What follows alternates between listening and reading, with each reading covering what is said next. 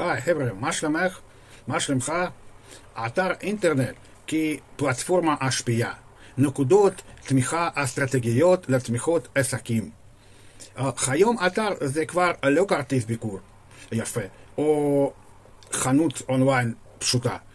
זה כלי חכם וגמיש שעזור להשפיע על החלטות של אנשים ולפתוח את העסק שלך. הוא לא עמוד לבד, הוא חלק מהאסטרטגיה שלך.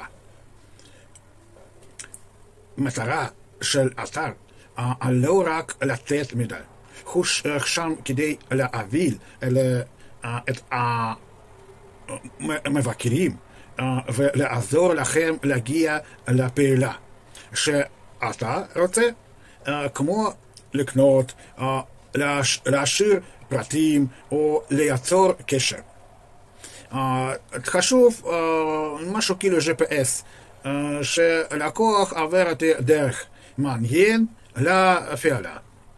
אתר טוב בנוי לפי מה שאנשים לחפשים, איך הם חשבים, מה מושך את העצימה הלב שלכם, ומה מרגיש לכם תביא לקהל לשימוש.